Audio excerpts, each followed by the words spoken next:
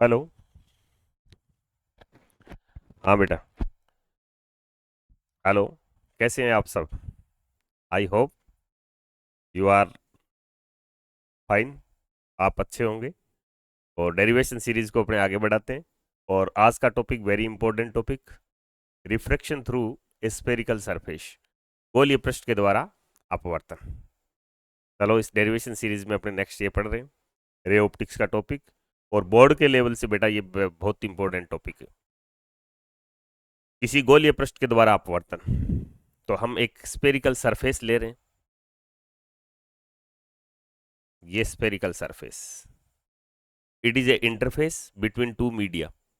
ये दो मीडियम के बीच का एक इंटरफेस है, इसके इधर अलग मीडियम है और इसके इधर इधर एक अलग मीडियम है। इधर हम मानते हैं कि इस साइड इसके पूरा का पूरा ग्लास है, ये ग्लास मीडियम है, कांच, ये कांच है। और इधर है वो एयर है, वायु। और हम एयर का रिफ्रैक्टिव इंडेक्स मान के चल रहे हैं कि N1 है। और ये ग्लास है, इस ग्लास का रिफ्रैक्टिव इंडेक्स हम मान लेते हैं,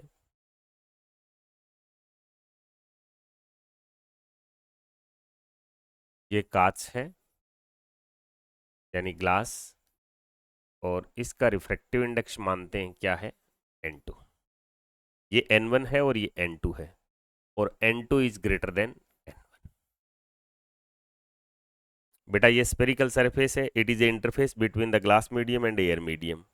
ये एक अंतरा पृष्ठ है जो वायु और कांच के बीच में है। इसका हम एक पोल मानते हैं,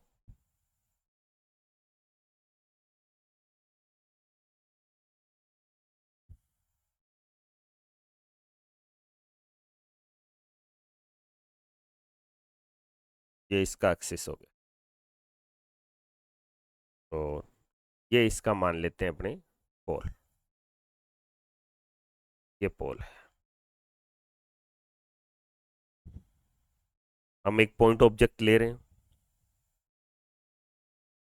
ये लिया मैंने एक पॉइंट ऑब्जेक्ट, बिंदुवत बिंब है। और ऑब्जेक्ट को माना मैंने ओ। इसके जो प्रिंसिपल एक्सिस है, मेन एक्सिस, इसके ऊपर एक पॉइंटेड ऑब्जेक्ट है ओ। इसके मुख्य अक्ष के ऊपर एक बिंदुवत बिंब लिया हमने ओ। और इस ओ से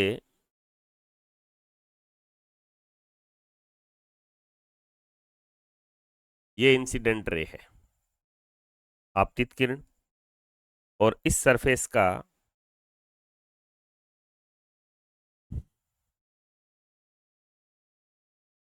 नॉर्मल ड्रॉ कर रहे हैं अपने।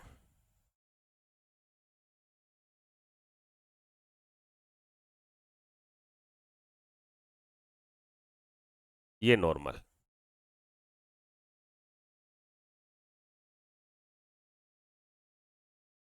ये नॉर्मल। ये चीज मैं आपको स्टार्ट में बता चुका कि नॉर्मल ड्रॉ करते वक्त आपको क्या करना है, ये पॉइंट ऑफ इंसिडेंट आपतन के बिंदु को इसके सेंटर ऑफ कर्वेचर से मिलाओगे आप, ये सेंटर ऑफ कर्वेचर।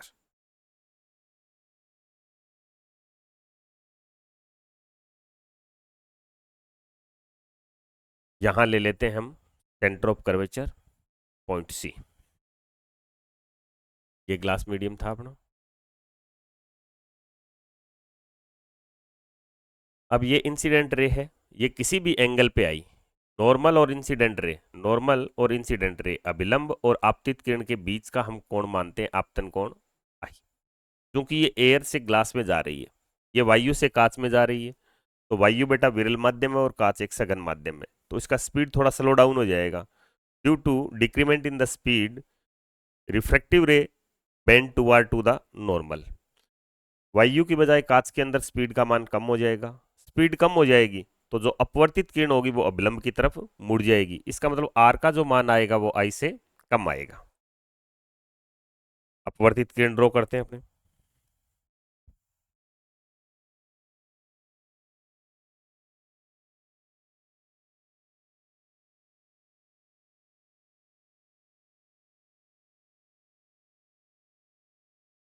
ये हमने ले ली अपवर्तित किरण, ये आपतित थी और ये अपवर्तित। ये इंसिडेंट रे था आपका,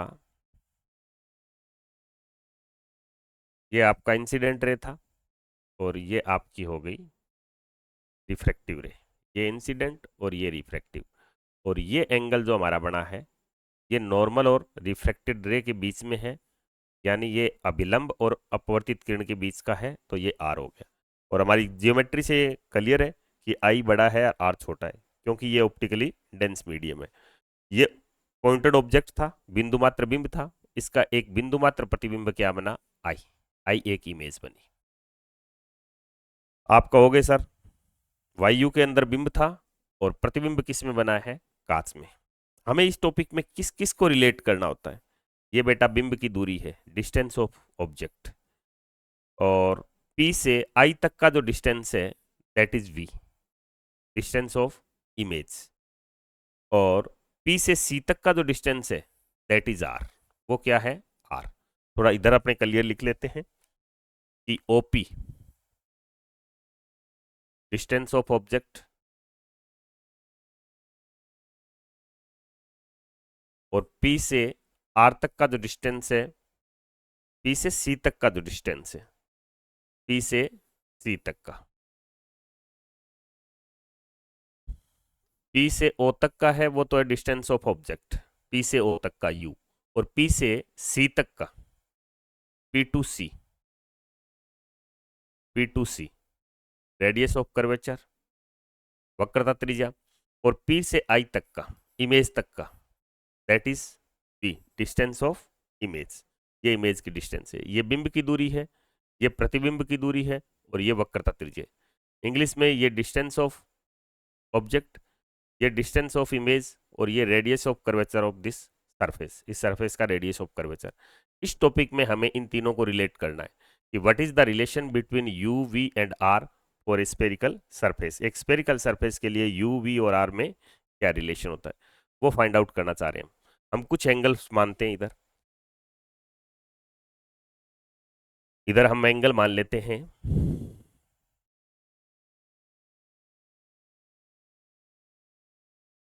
देखो इसको मान लेता हूं मैं θ1, इस एंगल को मान लेता हूं θ2, और इस एंगल को मान लेता हूं θ3। ये तीन एंगल मान लिए, θ1, θ2 एंड θ3। सबसे पहले हम एक चीज मान के चलेंगे कि point of incident is very close to the pole, यानी आपतन का बिंदु है वो ध्रुव के अति निकट है। ऐसा क्यों सर, क्योंकि ऐसा होगा तो ये उपाक्षीय किरणें हो जाएंगी, और उपाक्षीय किरणों के लिए हमारे लिए ये वैलिड हो जाएगा। दैट टाइम m जब p के क्लोज होगा तो this line behave as a straight line. ये किस तरह बिहेव करेगी, एक स्ट्रेट लाइन की तरह बिहेव करेगी। ये एंगल जो होगा वो कितना डिग्री लेंगे सर आप, बेटा 90 डिग्री लेंगे। ये चीजें मैं पहले आपको क्लियर कर चुका था कि in this class in ray optics we take point of incident very close to the pole, that time this angle behave as a 90 degree angle, और this line behave as a straight line या normal on this surface। तो इसी angle को मैं 90 degree इधर से भी मान लूंगा और इधर भी इसको 90 डिग्री ले लूंगा, एक स्ट्रेट लाइन की तरह हो जाएगी। ओके, अब सबसे पहले हम ट्राइंगल ले रहे हैं, कौन सा, आई टेक ए ट्राइंगल, ये M P O, M P O. इसमें देखो मैं लिखूंगा tan θ1। आप कहोगे सर tan थीटा लिखोगे तो tan क्या होता है, perpendicular upon base. tan theta होता है बेटा लंब बटा आधार, तो इधर लिखें। सबसे पहले मैंने ट्राइंगल कौन सा लिया, right triangle M P O, M P O. क्या लिखूं, tan θ1, tan θ1, tan थीटा बराबर आप क्या लिखेंगे, M P upon U. M P ये डिस्टेंस कितनी है, यू।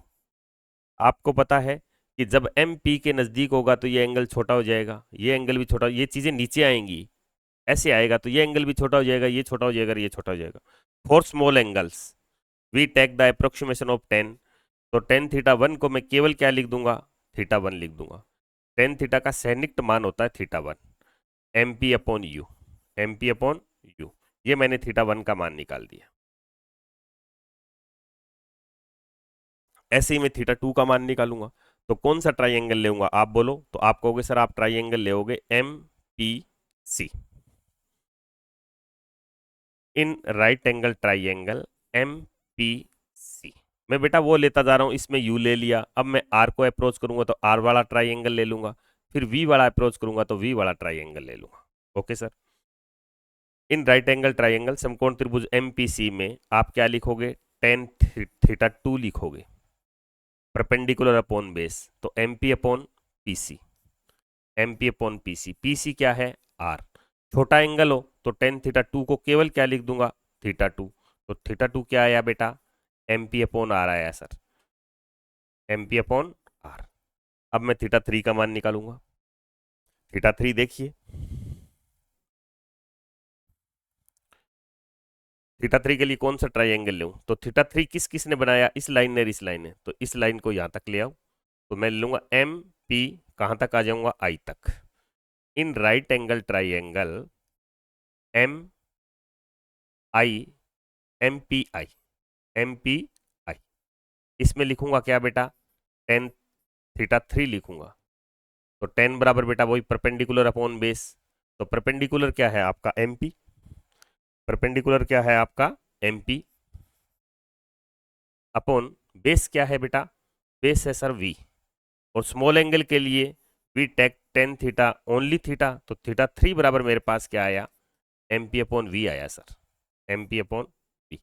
अब नेक्स्ट पेज पे चलते हैं। देखो पहला स्टेप क्या लिया मैंने, पहले स्टेप में थीटा वन थीटा टू और थीटा थ्री के मान निकाले, मैंने किसकी टर्म्स में निकाले, यू में, वी में और आर में, क्योंकि I relate here V U R, मैं वी यू और आर तीनों को आपस में संबंधित करना चाहता हूं, उनका रिलेशन बनाना चाहता हूं।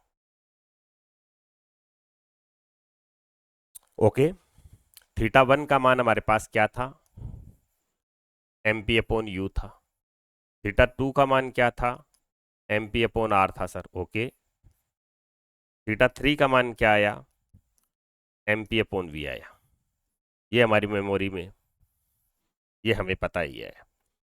अब चूंकि टॉपिक का नाम ही क्या है, टॉपिक का नाम है गोलीय पृष्ठ द्वारा अपवर्तन, अपवर्तन है तो सीधी सी बात है अपवर्तन के लिए स्नेल का नियम तो लगेगा। रिफ्रैक्शन है, refraction through spherical surface, it means Snell नियम वैलिड होगा, स्नेल नियम वैलिड होगा तो हमें sine I upon sine R लिखना पड़ेगा। तो इसलिए जरूरी है कि मैं एंगल आई का भी मान निकालना होगा, आर का भी मान निकालना होगा। तो I take the value of I and R in the terms of theta one theta two and theta three. क्या बोल गए सर आप, मैं बोला हूं बेटा कि हमें स्नेल का नियम लगाना होगा तो हमें आई भी निकालना होगा और आर भी निकालना होगा। ओके, जब आई और आर निकालूंगा तो किसकी टर्म्स में निकालूंगा, तो एंगल एंगल की टर्म्स में निकालूंगा। वो निकलेंगे थीटा वन थीटा टू और थीटा थ्री के साथ आई का आर का क्या रिलेशन है। तो मैं कौन कौन से ट्राइंगल लेऊंगा,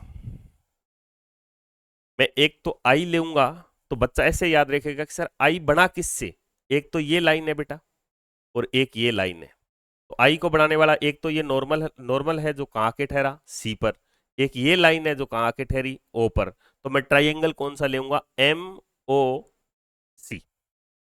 और जब आर लेऊंगा तो आर को बनाने वाला कौन सा है, पहले वो ट्राइंगल ले लेते हैं अपने।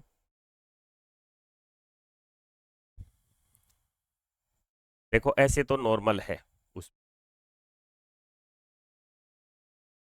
ये नीचे वाली लाइन है और ये आपतित किरण है, यहां इसमें एंगल बना हुआ है आई, उस डायग्राम पे जाएंगे। इधर क्या लगा हुआ है, इधर क्या लगा हुआ है, वो मैं आपको दिखा देता हूँ। एक में थीटा वन है और एक में थीटा टू है। देखो एक थीटा वन है और थीटा टू है और यहाँ आई है। तो यहाँ तो बेटा क्या है थीटा वन, यहाँ क्या है बेटा थीटा टू और यहाँ क्या है आई। अब देखिए किसी भी ट्राइंगल जो होता है, त्रिभुज जो होता है, उसके बहिष्कोण का मान त्रिभुज के अंतराभिमुख कोणों के योग के बराबर होता है। किसी त्रिभुज के बहिष्कोण का मान त्रिभुज के अंतराभिमुख कोणों के योग के बराबर होता है। The exterior angle of any triangle is the sum of two interior angles. इस थ्योरम को यूज करके आई किसका जोड़ है, theta one plus theta two का। इधर मेरे पास आया आई बराबर theta one plus theta. Okay sir, अब मैं आर को अप्रोच करूंगा, तो आर के लिए देखो कौन सा ट्राइंगल लेंगे। आर को बनाया किस किस लाइन ने, एक तो इस रेड वाली लाइन ने जो आई पे जाके ठहरी और एक इस नॉर्मल ने जो सी पे जाके ठहरा। ये ट्राइंगल लूंगा मैं, कौन सा, एम सी आई। दूसरा ट्राइंगल लिया मैंने एम, यहां अपना क्या है सी बेटा, और यहां क्या है आई, यहां है आई। ये बना हुआ है हमारा आर, ये बना हुआ है थीटा 3, ओके। और ये लाइन इधर है, यहां क्या था थीटा 2 था। तो ये वही थ्योरम अब लगाएंगे, ये भी एक ट्राइंगल है। किसी भी ट्राइंगल का जो एक्सटीरियर एंगल होता है वो दो इंटीरियर एंगल के सम के बराबर होता है। The exterior angle of any triangle is the sum of two interior angles. किसी त्रिभुज का बहिष्कोण का मान त्रिभुज के अंतराभिमुख कोणों के योग के बराबर होता है। तो मैं इधर क्या लिखूंगा, theta 2 is the sum of theta 2 बराबर किस किस का जोड़, आर का प्लस थीटा 3 का, आर प्लस थीटा 3। हमें हमारी डिमांड क्या है, आर है, हमें तो आर निकालना है। तो आर बराबर मेरे क्या पास क्या आया, आर को इधर ले आऊंगा तो इधर बच जाएगा थीटा 3, इधर जाएगा थीटा 2, थीटा 3 माइनस थीटा 2। ये मेरे पास आर का आंसर आ गया और ये मेरे पास आई का आंसर आ गया। अब मैं क्या लगा दूंगा बेटा, स्नेल रूल लगा दूंगा, स्नेल का रूल। हमारी रे कहां से कहां जा रही थी, हमारी रे जा रही थी एयर से ग्लास में। आप कहोगे N1 से किस में जा रही थी, N2 में। जाते वक्त एंगल कितना है आई, और इधर कितना बनाया आर। तो स्नेल का नियम के रूल कैसे लगाऊंगा, sine I upon sine R is equal to, उल्टा लिखूंगा N2 अपॉन N1। या मैं लिख सकता हूं N1 इंटू साइन आई बराबर साइन आर इंटू N2। आप एक पैटर्न पकड़ लो कोई सा भी। स्नेल का रूल लिखते वक्त क्या लिखें, sine I upon sine R is equal to N2 upon N1।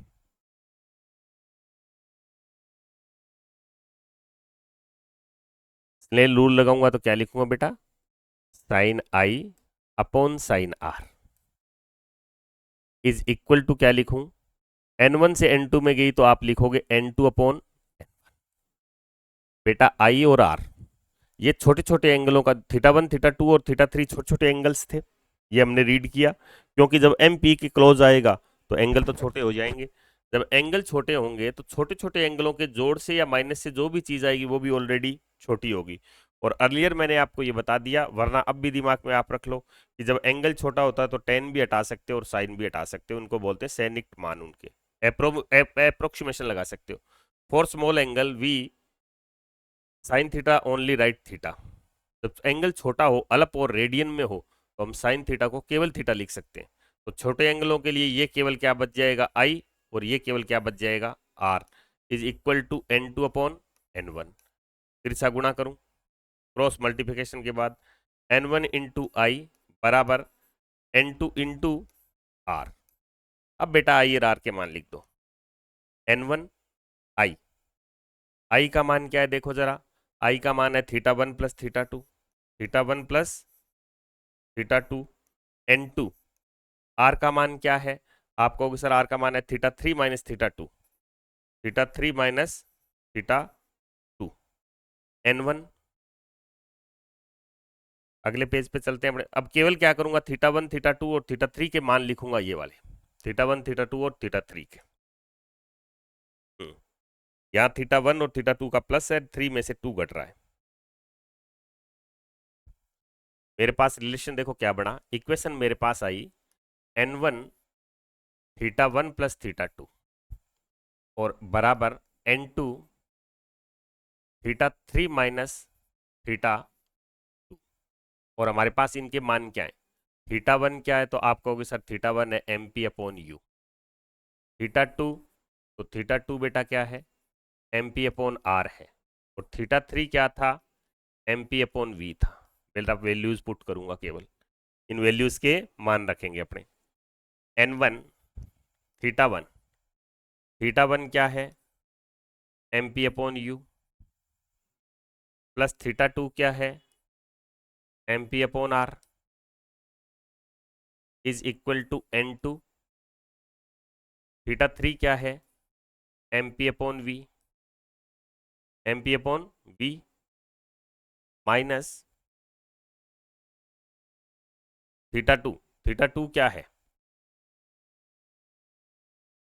MP upon are.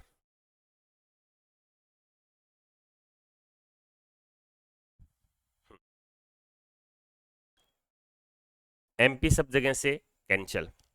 इधर देखिए,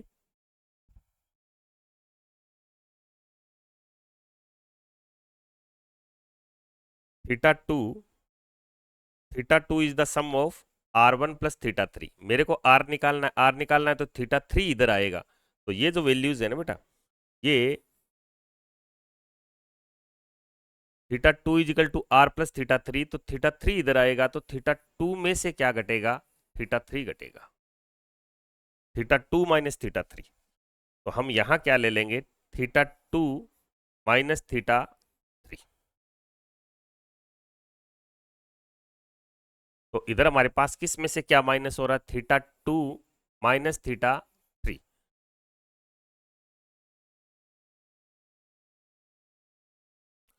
तो यहां आएगा MP अपॉन R और यहां आएगा MP अपॉन B।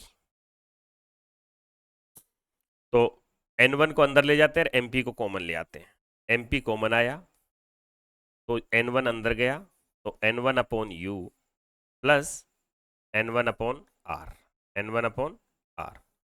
इधर बेटा MP को कॉमन लिया हमने, MP बाहर आया, इधर क्या बचा, N2 upon R, N2 upon R minus N2 अंदर ले गए तो N2 upon B। Okay sir, MP cancel by MP, इधर क्या बचा, N1 upon U plus N1 upon R is equal to N2 upon R minus N2 upon V। अब क्या करेंगे, R को एक तरफ कर देंगे, बाकी चीजें एक तरफ ले आएंगे। तो इधर पास मेरे पास क्या आया, N1 अपॉन U ऑलरेडी बैठा है, इसको इधर ले आओगे तो प्लस का हो जाएगा, तो N2 अपॉन क्या बन गया, V।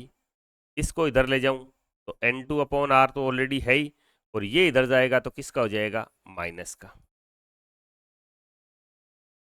इसको मैं क्या लिख सकता हूं, लास्ट वाले को, लास्ट वाले को मैं लिख सकता हूं N1 upon U plus N2 upon V is equal to, देखो दोनों का एलसीएम सेम है RR, तो ऊपर रह गया N2 माइनस N1 अपॉन क्या लिखा जा सकता है, R। ओके सर, अब बेटा साइन कन्वेंसिंग लगानी है अपने, हम ये देख लेंगे कौन प्लस है कौन माइनस है, तीन चीजें हमारे पास U V और R। इस डायग्राम पे आते हैं, डायग्राम में देखिए, इस पे P पे खड़े होंगे हम, U इधर है तो आप कहोगे नेगेटिव सर, V इधर है पॉजिटिव, V इधर है पॉजिटिव, U इधर है, U इधर था नेगेटिव, V इधर पॉजिटिव, और R भी इधर पड़ रहा है पॉजिटिव, यानी R इधर पॉजिटिव, V इधर पॉजिटिव, U इधर नेगेटिव। तो हम क्या करेंगे, उस इक्वेशन में U कैसा साइन कन्वेंसिंग लगाया, तो R हमारा पॉजिटिव, V भी हमारा पॉजिटिव, क्योंकि ये पॉजिटिव एक्स एक्स की तरफ है। केवल U को कैसा लेना है, according to sign convention U minus, तो ये तो प्लस है, तो N2 upon V as it is रह जाएगा, ये माइनस हो जाएगा, तो इसको मैं लिख दूंगा minus N1 upon U is equal to N2 minus N1 upon R। ये हमारा फाइनल आंसर हो जाएगा। देखो जरा हमारा फाइनल आंसर क्या आया, फाइनल आंसर आया बेटा N2 upon V minus N1 upon U is equal to N2 minus N1 upon R।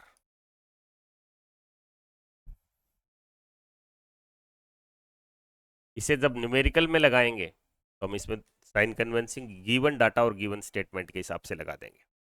इसे कैसे याद रखना है, देखो इमेज किस में बनी थी, N2 में, refractive index of which medium जिसके अंदर इमेज बनती है, ये डिस्टेंस ऑफ इमेज, ये उस माध्यम का अपूर्णांक है जिसमें इमेज बनती है, और ये इमेज की दूरी है। फिर माइनस, ये उसका रिफ्रैक्टिव इंडेक्स है जिसमें ऑब्जेक्ट रखा हुआ है, ये ऑब्जेक्ट की डिस्टेंस। रेज आ रही थी N1 से N2 में, तो इधर क्या आया, N2 माइनस N1 अपॉन जो आपने सरफेस लिया उसका रेडियस ऑफ कर्वेचर। ओके बेटा, कि आपको ये अच्छे से समझ में आया होगा, इसको रिवाइज कर लेना अच्छे से, इसको तैयार कर लेना, बोर्ड में इसके आने के चांसेस हो। Okay, best of luck.